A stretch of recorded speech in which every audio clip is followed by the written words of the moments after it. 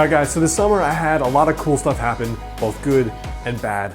I spent a little bit of time in Taiwan looking for mystics and Chinese medicine doctors, and I was honestly working on a lot of other personal goals in the meantime. But at the same time, of course, stuff changes and a lot of stuff happened that was bad in my life. I started developing these stomach problems last year. That was kind of an offshoot of my digestive stuff. There were a lot of up and downs in my personal relationships and other things going on. I traveled too much, so I didn't get enough done. And in general, I started noticing some of those keystone habits that have kind of built my life fall apart. But now, getting back on track a few months later, it made me realize what I think is maybe the biggest lesson in success and maybe the biggest lesson about habits. So all this stuff really started with the beginning of my medical training last year in the fall while I was running my business. So I think I'm one of the only students that's working while doing a doctoral degree in 4 years. And I'm definitely one of the only ones with their own business, which is way different from like just working in a coffee shop, for example. So I'm working more than 20 hours a week with a doctoral program. So you throw in the studying, you throw in the work, it's around 60 to 70 hours that I'm working every single week. I wasn't sleeping enough. My sleep started to get so bad that I had a problem sleeping more than 3 hours a day. And when my sleep got really bad, that's when the stomach problems started happening. And when the stomach problems started happening, I started getting heart palpitations. The heart palpitations made it further harder to sleep because they happened around the time I would sleep. So I started, developing this kind of anxiety around sleep because I associate it with this kind of heart stuff going on. And eventually this progressed to other symptoms and other symptoms that were pretty scary. And this is despite eating right every day, going to the gym every day, meditating every day. So I really just overdid it and kind of cultivated these other bad habits that I had a hard time undoing. Now the good news is, flash forward, now this is about this time last year when it all started happening, and almost everything is gone again. But it made me realize and really think about, over the summer I was traveling too much. I was in Taiwan, I went back to my parents in Connecticut and in New York, then I was back here in Portland and in LA a bunch. And a lot of my core things I had to focus on, like uploading videos, working in my business, going to the gym, all these things, it took a lot more effort than it normally did. I was probably on 8 or 10 flights this summer, which was way too much. And it made me think about why people can be successful at one period of their lives, but unsuccessful at others. And this has been really enlightening to me because I've always been fascinated with success and what makes the best the best. One of the things I'm a big consumer of is biographies of the greats. I've listened to Einstein, Nikola Tesla, and now I'm listening to Napoleon's. Next is going to be Da Vinci. But the thing that's been so interesting to me is that a lot of the most, successful and famous people in the world that we admire, number one, had high highs, but also really low lows. And that sounds obvious. But what I didn't realize is that there are very few people that have success, that maintain success for a very long period of their life. For example, most people that I've heard about, even the greats, did not have skyrocketing success and maintain that. And I see this in my own life too, where I've had clients and I've had friends, they do great in their jobs or they do great getting fit, and then they kind of gradually derail. And so what's really become a lifelong interest of mine is trying to figure out, how do I get successful? And success always means something holistic to me. It means my business, it means being happy, it means having that inner calm and inner peace, the fact that I can look myself in the mirror and I like what I do.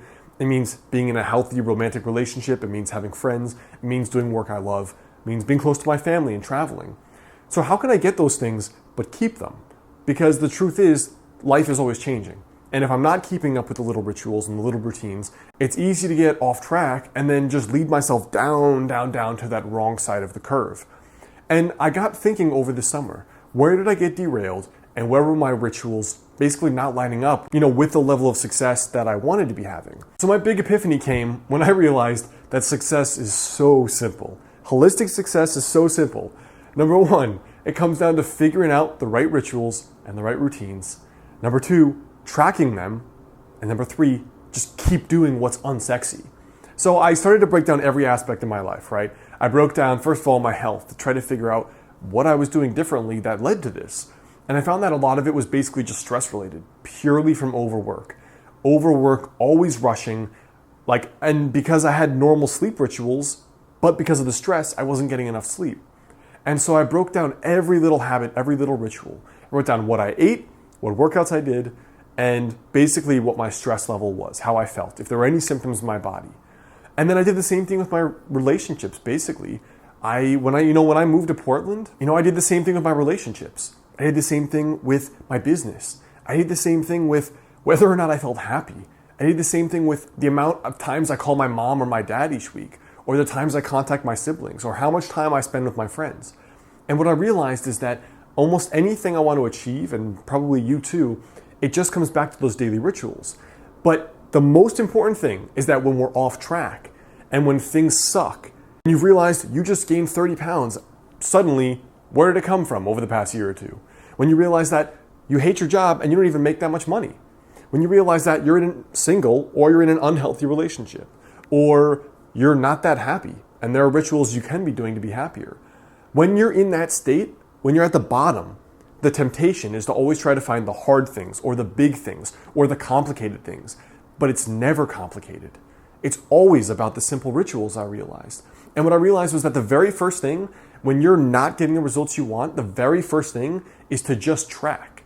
That's it. For 30 days, just track exactly what the habit is related to the outcome you want as far as that core goal. So if it is the 30 pounds overweight, literally for 30 days, track what you ate, what workouts you did, and how's your stress and how's your workload. If you're single and you don't want to be single, track how many times you went out that week to meet new people and how many guys or girls you asked out in a date. If it's you're not getting great grades at school, you're not performing well at work, track how many hours a day do I study? How effective are my study techniques? How am I showing up to work? Am I working on that hard project? Am I delivering more value than they pay me for? If I'm not calm or I'm not happy, am I doing the gratitudes? Am I focusing on the good things in life? Am I reading and consuming positive material? And when I realized that anything I wanted was just, especially when things are in the crapper, they're not going well, all I had to do was track my daily rituals again for 30 days. Almost instantly, they improved.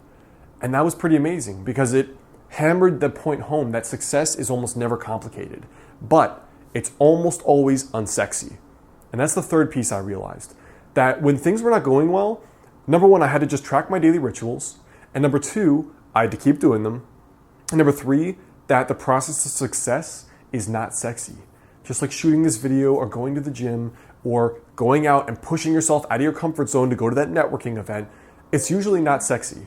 And that's the magic. Because like Jim Rohn says, if it's easy to do, it's easy not to do. So he said that he did not neglect to do the things that were both easy to do and easy not to do.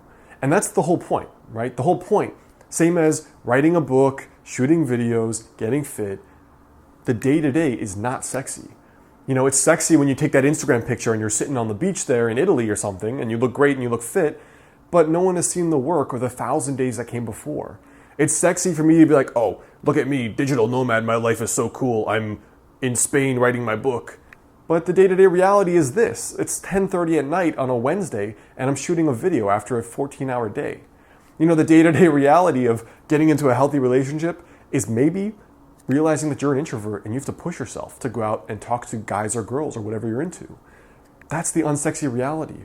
And now there's a little bit of a sense of freedom I have, I feel like, because when I realize that if anything ever goes to hell again, any aspect of my life, all I do is have to track for 30 days, keep doing those rituals, and remember that they're unsexy, but that they work. So I hope this little revelation gives you a little bit more insight into your own life too. This has been a big thing for me, right along the theme of habits here, right along the themes of that level 10 success in your life.